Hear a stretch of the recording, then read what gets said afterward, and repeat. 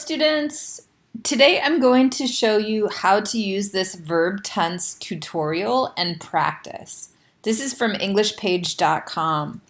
And I really like this because it goes through a review of a lot of the different verb tenses that you have probably ever studied in English so far.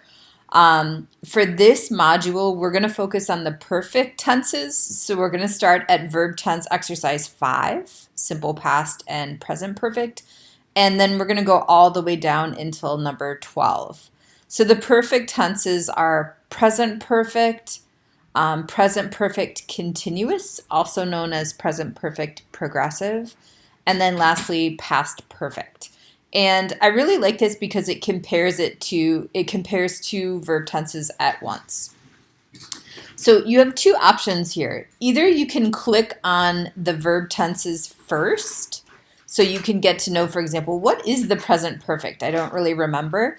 And it will tell you how to form it. It will give you some examples of a sentence, a question, and a negative.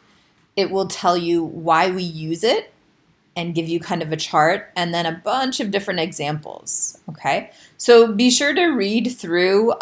Again, this is kind of a review of this verb tense, if this verb tense is new for you, right? If you feel very confident about your use of present perfect and simple past, you can go ahead and just click on verb tense exercise. And that way you can test yourself, put your answers in the blank, and when you're ready, you go down to check. If you did very, very well with it, you may not have to review present perfect too much.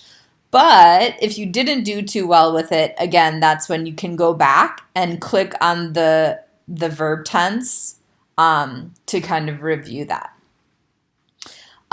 Do the same with the other verb tense exercises. Here we're comparing now present perfect continuous, and then here we're comparing past perfect, and then here we're doing all three.